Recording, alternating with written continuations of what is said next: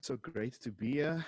Greetings to everyone on the stream. I see quite a few people tuned in today, and that's awesome.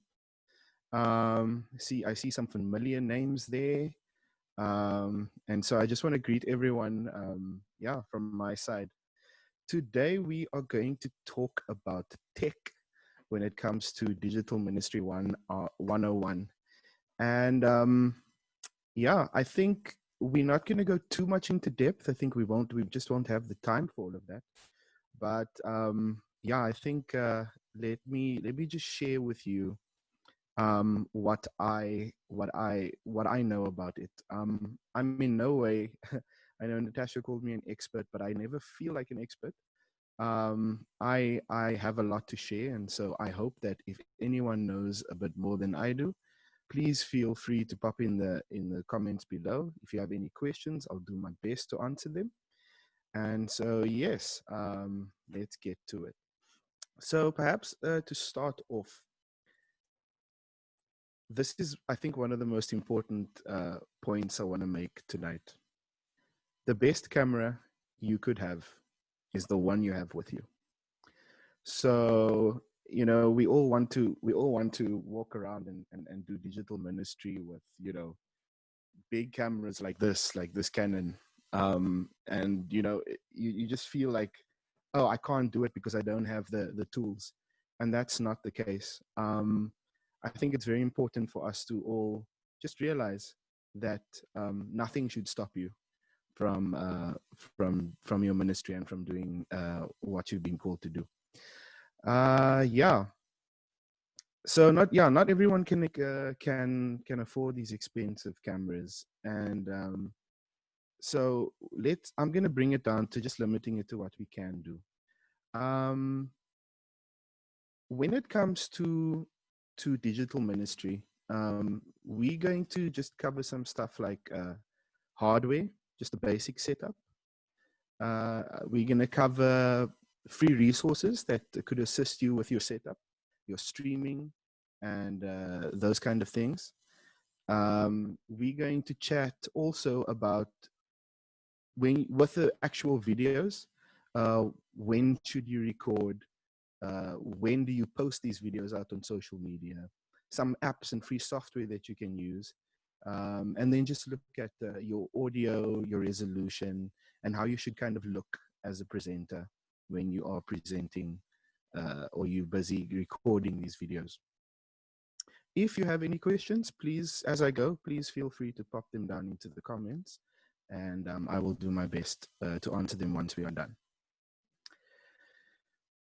So, the camera that most of us have with us is our cell phones. And I've gotten quite deep into using my mobile phone in order to record videos. So, having a mobile phone, just your ordinary mobile phone, you could go ahead and do it. So, number one setup for me is your phone. We all do it, holding it up in front of you with your camera facing you and being able to do videos and stuff like that. If that's what you have, that's what you use. I'm a big stickler for simplicity. So if you keep it simple, that's great. But should you, with your ministry, it's important that I'm also a firm believer that it's important that you grow your tech as your ministry grows. So it just, what it does is it brings about a clearer way of bringing across the message. But first set up your arm and your phone, right? Your arm and your phone. When you're looking at a phone, you're preferably looking for something that can record at about 1080p resolution at about 24 frames per second. Now we can go into exactly what that means, but that is your basic. I think for me, I personally quite enjoy it. It's just, you just get better quality video out of that. There's a lot of technical aspects that come into that, your sensor size and stuff like that, but 1080p at 24 frames per second usually gives you a good quality video to work with. It should be capable of streaming. If you find like you want to do streaming live ministry kind of things, then you want to look at it can, you know, stream at least 720p at 24 frames per second.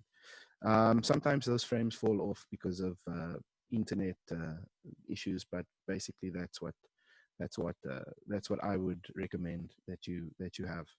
Another thing is having enough storage, because if your phone runs out of data, or storage, so if you run out of internet, or you run out of storage on your phone, you will lose your video, and so you might have to edit it, you might have to delete some stuff. So it's something that people don't always think about, but it's also quite important to have good storage, and make sure that you have data if you're going to stream. Yeah. So basically, my setup that I use on a day-to-day would be, I think, tier 2 when it comes to a good setup, and I think it would be a good one for most people to use. I use my cell phone, right? So this is an iPhone, but whatever you have on you, you can make use of. I also make use of a little holder that holds my cell phone. I'm basically going to put it together in front of you. Technical aspect. That's a holder. You can get it on Takealot. You can find it anywhere. It's just a grip that grips your phone quite nicely. And this grip you basically use to put on a little desk tripod, which I've got a little Manfrotto tripod here. And I put this in front of me. I screw this in over there.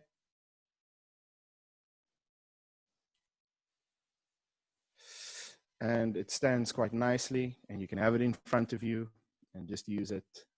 Stable camera, stable shot, and you can stream and do everything from your phone.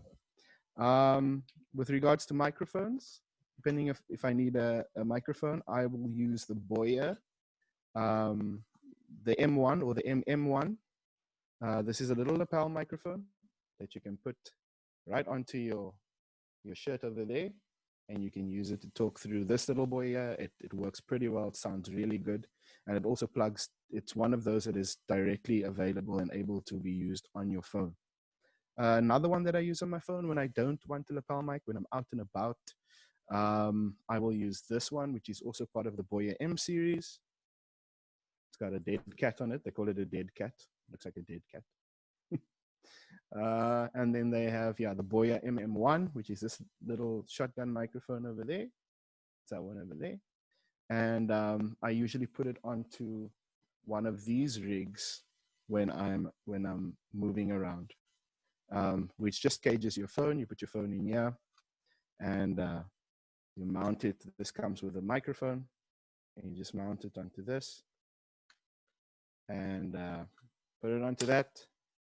Put your phone in there, plug the cable into your phone, and you're good to go with a little bit of a shotgun microphone. So I've got quite a bit of heavy setup here when it comes to streaming and creating video, but that's basically what you can use. And if you have that set up and some data, and you're able to go, definitely don't complicate it. That's the way to go.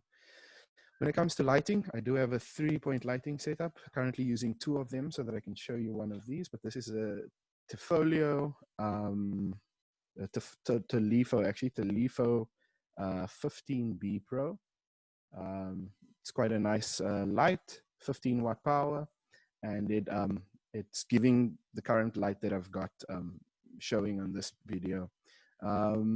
These are all kind of low-cost stuff that you can use for on the go, and they will really make your video look so much better. So that's my basic setup. Obviously, you do need a tripod as well. That's also an important one. If you're going to be doing shots that are larger, wider, get yourself a tripod. I've currently got 2 that that I've mounted my lights on, but these are good ones. This is a Manfrotto Elements. It's a little bit pricey on the market, but I got this one from an auction. So this one is currently on sale. If you do want to grab a hold of this one, do let me know. Pop me a message privately, and we could make that happen as well. So that's basically a technical setup, one that I can recommend. I would still emphasize that what you have is good enough. So if you are able, if you've got a camera, you've got a phone, start somewhere. The content far outweighs the means by which you disseminate it. And I find that it's like the analogy of the the man in the desert. If you bring him a bad recording of where to get water, it doesn't matter. You've given him the means to get water. If you write it on a unclear parchment scribbled with a piece of charcoal, as long as he can read it, it will be good information to him. So never let the limitations of what you have as far as technical stuff, don't let that limit you. Yeah. All right. Another thing that I want to talk about is yeah, the free resources that you can use to really boost your video content. If you are doing streaming, I personally use something called OBS. It's a free piece of software, and it allows you to stream to multiple things. So you can stream directly to YouTube. You can stream directly at the same time to Facebook. If you're on Twitch, you can stream to Twitch. There's a whole lot of other streaming services that this piece of software allows you to stream to directly. OBS in itself is open source, so it's free. You can download it for absolutely free. I'm happy to share the link with you. It is a high performance real-time video and audio capturing and mixing software. And it creates basically scenes that's made out of multiple sources. So it's something that sits on your computer. And if you have your computer's webcam, or if you've connected, it's possible to also connect your cell phone as a webcam to your phone. If you've done that, you can basically have them on separate things. I'm happy to share my screen if that's option with you, just so you can take a look at how that plays out. You can just give me a minute.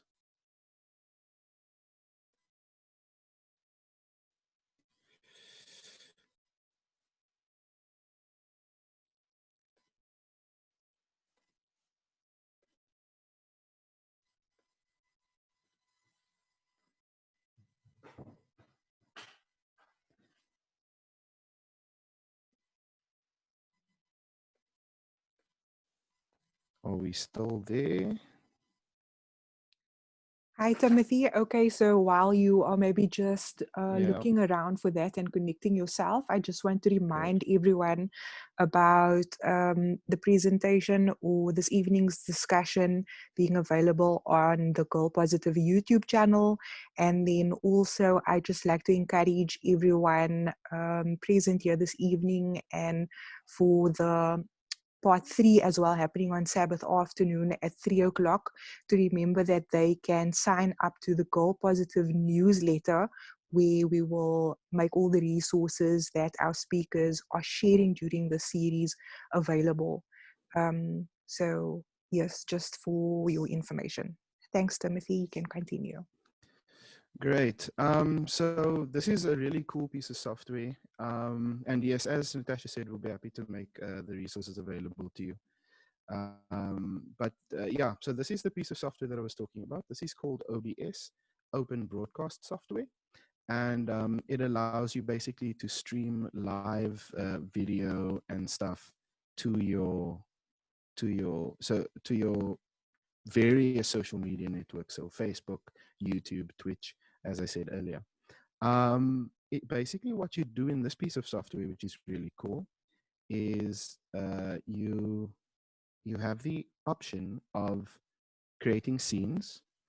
For example, for a gaming channel, for example, I made a very short little clip, and you could have, for example, on your scene, just starting out there, you could have this little graphic rolling as you are streaming. So you'll see this little graphic as you're streaming, and then yeah, and then you'd be able to just move to the next scene. So let's say you wanted let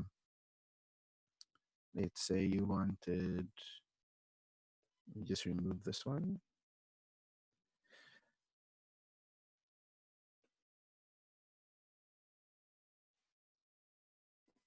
yeah, just start from scratch there. So let's say you wanted to see my face as soon as you pass that, and maybe you're going to talk.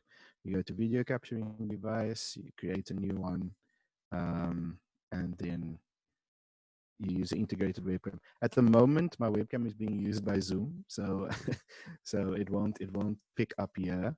But when you create that video capturing device, you're able to see my face. You should be able to go from scene 1 to scene 2 where you can see my face. You can add a separate scene, maybe from something on your desktop, and let's make it. Let's see, a browser. Perhaps if you're surfing the internet somehow and you want to show that in your screen, you could add a browser. Um, Currently, there's nothing there, but if I put the URL in, you should be able to see it. If I, for example, just say I want to see Google,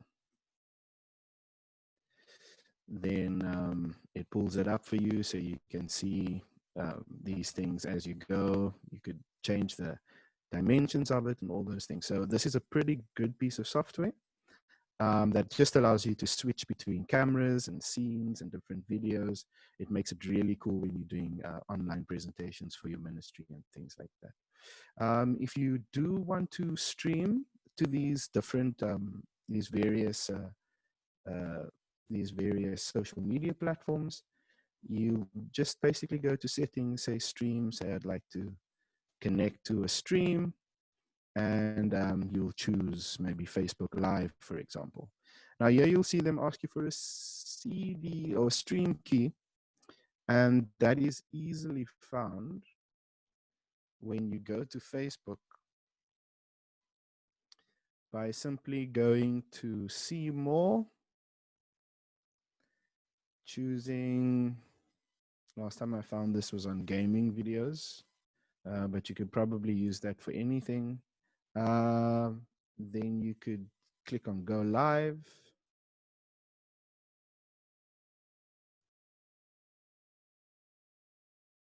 And it will say, it will ask you if you want to use your stream key, and you'll click on that, and your stream key will be this number over here.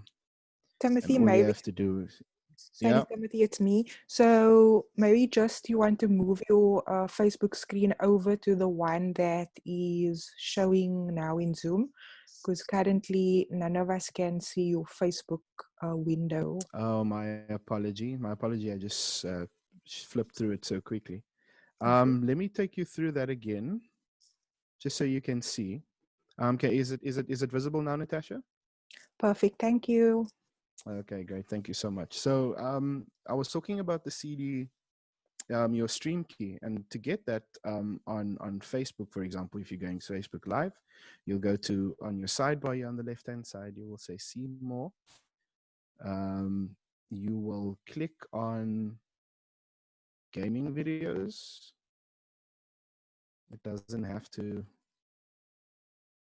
necessarily be that, but if you go to Go Live, you'll be able to see your streaming key as it pops up here. It should, at the moment, it's not doing it for me because I've made use of this function before, but it should pop up on your screen asking you if you want to use a camera. It will give you this get started menu just as a pop-up, and then you'll click on use stream key. And as you scroll down, you should be able to see the stream key over there. If you copy and paste that into your OBS, then you should get that information there. Copy and paste and get stream key, and then it will allow you to go live on Facebook. Just log in and you should be able to get in easily. The same is possible for YouTube. So so having that happen, that's pretty great. Let's see. Let me just unshare my screen. Can you all see me? Am I up front? Is my screen unshared? We can see you, Timothy. Perfect. Thank you. Okay, great. So that is OBS. And there are so many great pieces of software. So that's just for live streaming. I personally use that and it works tremendously for me. Uh, when it comes to recording, if you're going to record a video separate from streaming, um, there are many ways to do that. And as I mentioned earlier, using your mobile phone is one. For me, it has been very helpful um, when looking at just mobility and being able to be flexible with the videos that you are producing or the content that you're producing. On the mobile app specifically, I would always recommend that we make use of a separate app from the in phone app. There are some free options out there, but I personally, for my phone, I use the Moment app or I use Filmic Pro. These are these are paid for apps, but they work tremendously. But there are others that you could make use of as well for recording your videos. They just give you a little bit more customization with your camera. So setting white balance and things like that. Just making sure that the color of your video is good, that your exposure is right. It gives you a lot of manual capabilities that are not normally available on your in-phone app. For editing on your mobile, I actually do a lot of editing right on my phone. And I use a piece of software called LumaFusion. But there are so many great, LumaFusion specifically is a paid for software, but there are so many other great softwares like InShot and Cinemaster and UCut, Viva Video, Video Shop and Filmora Go. These are some great options that you could consider for your phone that are also free. And that just allows you to take a video on your phone, uh, cut and edit it on your phone, and share it to social media. It makes it quick and easy and fast. When it comes to editing on your computer, if you're someone who wants to take the video off and needs a little bit more functionality, because when it comes to mobile editing, it's not always as easy to edit because the screen is small and you can't get the cuts necessarily on the right spot that you wanted. Yeah, if you're someone who wants to put it onto the computer, there are some great free video editors, including Filmora, which is one that's also on Android and the iStore, as well as OpenShot. And these are great editing tools that you can use to edit your videos if you move them from your phone or from your camera to your PC. Um, let's see if I left anything out. Yeah. So when should you record the videos? Now, if you don't have a great lighting setup in your space, because there are spaces that are pretty dark, if you find that your videos are dark, um, I would always suggest that you shoot around the golden hour. It's really nice. So in the morning, just during sunrise and around sunset. Those are great times to film, especially if you can get close to a window and you've got direct light. Those are always great times to film. When it's overcast, you get some really nice, your skin looks beautiful when it's overcast. So you can also get some good shots there with some diffused light. Otherwise, if you can find a good light source and you are able to do some sort of good video with a good light source, you have the stuff and it's convenient for you. Work with what you have. I think it's very important. Work with what you have, and yeah, that would be my recommendation. It's always good to have good lighting, always good to make sure that your camera is focused, always all the basics, good exposure, make sure your resolution is correct, make sure your audio is coming through. But the actual time to record would be number one, time that's most convenient for you. To at a time where you can find good lighting if you don't have very good indoor lighting, and you decide to go outside or film by a window, it would always be good to for one of those two things. When do you post these videos is also a good question. When can you post them? So the best time to post videos, according to some studies, is on a Wednesday between 11 and 3. But for every other day, except for Sunday, 11 till 3, say 9 till 5. That's generally on every other day a good time to post. So once you've done these videos, if they're ready to go, consider posting in between those times. They get the most engagement.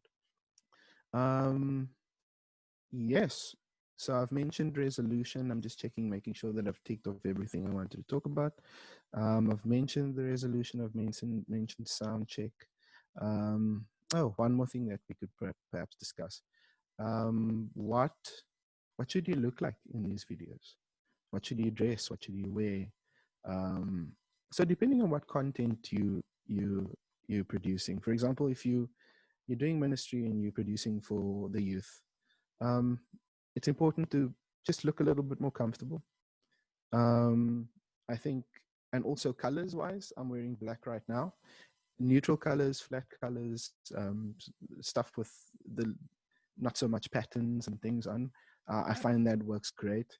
Usually you get those tiny checkered dog tooth jackets or shirts and tops and stuff. Those usually are very bad for the camera. They actually create some sort of artifacts.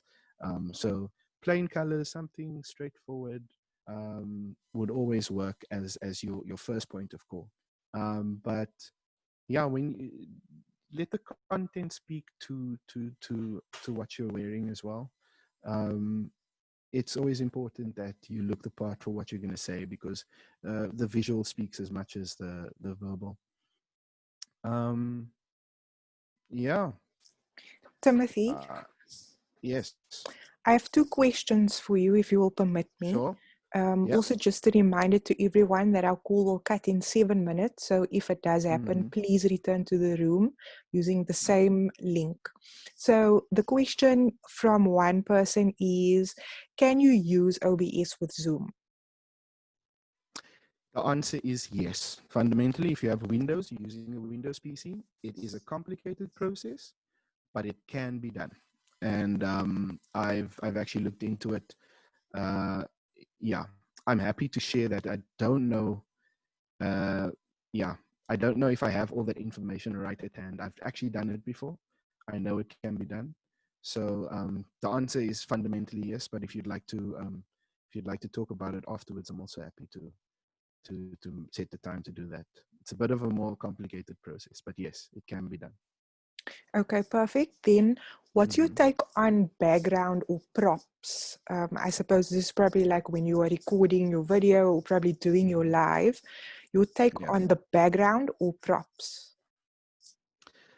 Okay, so I mean, my background at the moment is a picture, a plant, what's it? Some books, a bookshelf, and a fireplace. Yeah, I think composing your background is almost as important as composing your foreground. If you've got crazy stuff happening in the background and you're trying to do a ministry thing, it takes away, it's distracting. So when it comes to props and background, it's got to be for what you're doing.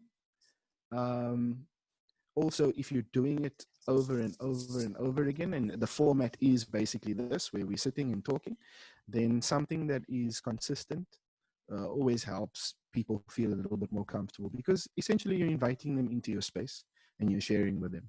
So if your space is a familiar space, that is actually a very good thing. But yeah, props, if it's to do with what you're talking about, if it sets the tone for the content, yeah, that's great. A good backlight. I don't have any LEDs at the moment, but if I ran some LEDs on this counter behind me and just let it light up that photo, that also adds a little bit of mood and ambience. So do consider and think about what your content is and the kind of mood you want to create with the props and your background, and do that. And also, if you're doing it consistently, like I said, make sure that it's familiar with your audience. It's always great for people to come into your space and have a space of familiarity. Okay, perfect. Thank you so much, Timothy. I will give the chance if there's anyone that would like to pose their own questions. You are more than welcome to do that now.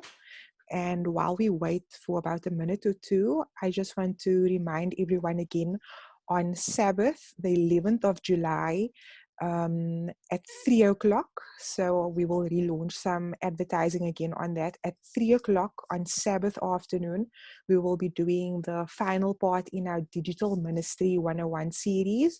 We will speak about digital ministry and the church.